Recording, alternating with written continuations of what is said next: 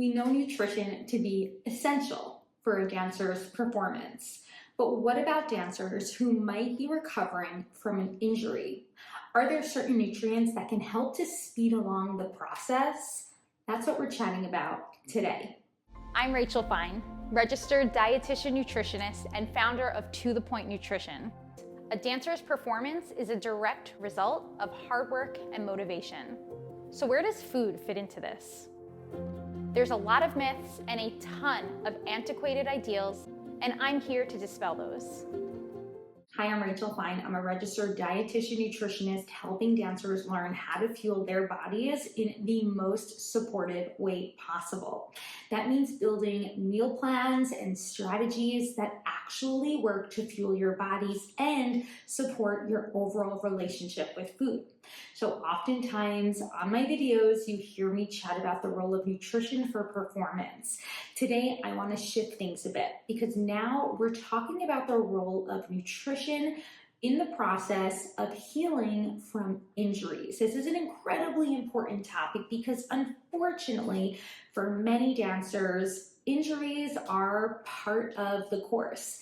They don't have to be, and a lot of times in my work with dancers, just as a dietitian, through one-on-one coaching, or even through some of my group programming, we are constantly working towards methods for injury prevention.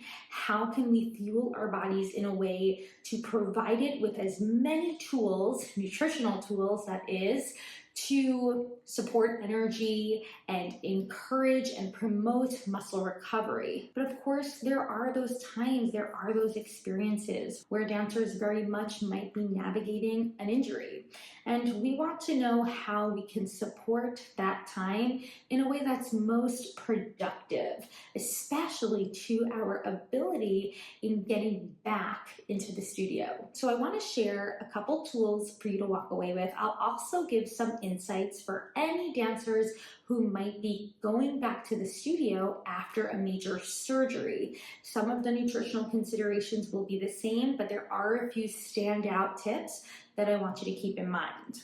One of the biggest challenges that I see dancers struggle with when recovering from an injury is the feeling of a lack of control, especially in their ability to get back to dancing. The healing process in of itself is very much a process that requires patience, in addition to some other strategies that we can implement to help the journey. But unfortunately, during this, what often is quite a challenging time, especially for dancers who have been instructed, whether it's by their medical doctors, their physical therapists, whoever it might be, if they've been instructed to hit pause on their dancing, a lot of dancers face the mindset challenges that come alongside not being able to do what they love and do best, which is dancing. And because of this, to regain a sense of normalcy, a sense of structure in their schedules, what I often see dancers try to do at this time is to control their food intake. Now, oftentimes, this degree of control that a dancer might seek during a time of not being in the studio is commonly related to a desire to want to avoid the potential for their bodies changing or for, and I quote, being out of shape when they eventually come back to dance. And many dancers unfortunately mistake the idea that a lowered caloric intake is the better way to support perhaps this time of not moving their bodies as much as they normally do when they are dancing. And this is when we often see that dancers partake in restrictive eating patterns, whether that's restricting the amount of calories they're eating, skipping meals, or avoiding snacks, all in hopes to prevent the potential for a changing body during their time when they're not dancing as much. Now, this is an unfortunate reality of a lot of dancers who are navigating the injury recovery process. But I can't stress this enough. Restrictive eating patterns, whether they are during the time that you're dancing or during those instances where you're taking time away from the studio, restrictive eating patterns will set you further back from achieving your short-term and long-term dance goals, but also in this instance, it's going to delay healing. Because our body's recovery process requires an increased caloric and nutritional level on its own. This energy, these calories, they are coming from food. And more than ever, your food plan is going to play an essential role in your body's ability to recover. The interesting thing about the time you now have during the recovery process, for those of you who cannot dance, this is a time to start honing in a bit more on the practice of body attunement. I'm going to discuss what body attunement is and how you can start to utilize it during your recovery process. So body attunement is essentially raising awareness to internal cues that your body will signal in order to communicate its needs. These internal cues, think of appetite cues, hunger and fullness, even cues of satisfaction.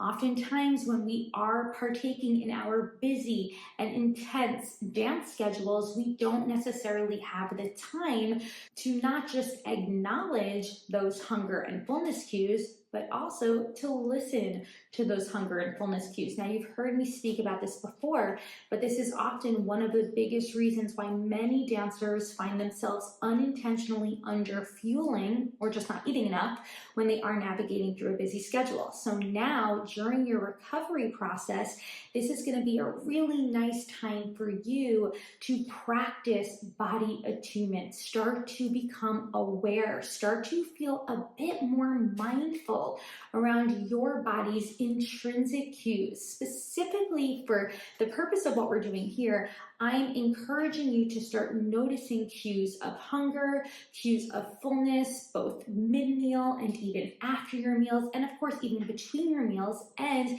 even the degree at which you are feeling satisfied and satiated after and between your meals. So these are all cues that oftentimes we don't necessarily have the time to focus on when we are so busy and when we are so active. So now during your time taking a break from the studio, even if you are in classes and observing, your body is not going to be as physically active as it normally is, and we can really take advantage of this new opportunity to regain this sense of body attunement.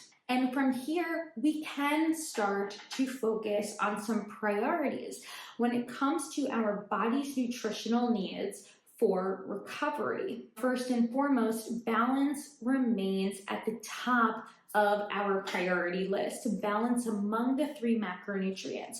You still want to get in a variety of food sources that are rich in carbohydrates, proteins, and fats. During this time, we can take more of a focus on those more fibrous, complex carbohydrates if they are accessible to you. Examples include whole grains, whole grain bread products, starchy veggies like potatoes and corn and squash, all great options. What these carbohydrates are doing, they are helping to trigger the release of a hormone called insulin. Insulin is helping your body to absorb and utilize the glucose or store that glucose as glycogen to fuel your muscles, to fuel your recovery later on. Also, within our recovery fuel mix, we are focusing on protein.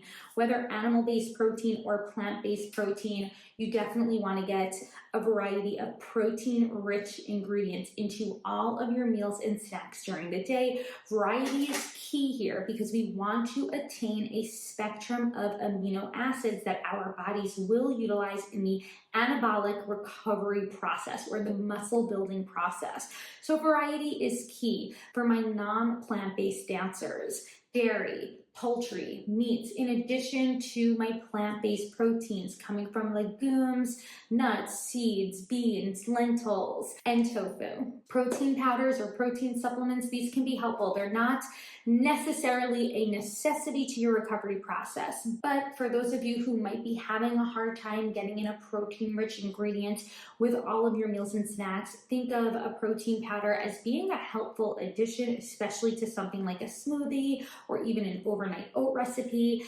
We don't have to go crazy with our protein powder though. Even just 1 scoop can be helpful. It can help to fill in that spectrum of amino acids that we are looking for within your fuel mix. And then the final macronutrient to your recovery, that's fat. And for your recovery specifically, we're looking at our omega-3s.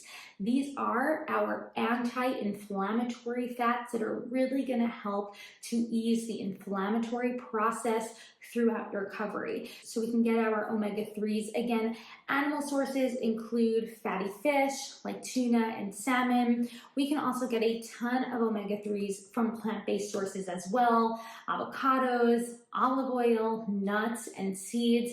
These are all examples of getting in some of those anti-inflammatory fats. On the micronutrients, so micronutrients, these are our vitamins and minerals. The key here is always going to be variety, because there are many, in fact, there are countless of vitamins and minerals that will help to support the recovery process. Gaining a spectrum of vitamins and minerals is easy, especially from produce, colorful produce to be exact. Your produce can be fresh, that's great, but it doesn't have to be. It can be more economical to sometimes choose frozen sources of produce as well. Throw into your meals for a convenient way to boost that color and therefore boost that vitamin and mineral content as well. From a specific standpoint, I do want you to focus a bit on calcium and vitamin D here. Not only are these our bone building nutrients, but calcium does play a role in blood clotting, which can be helpful for the injury recovery process, even if you are post-surgery. Now keep in mind, supplements are not necessary unless your medical doctor has instructed you otherwise.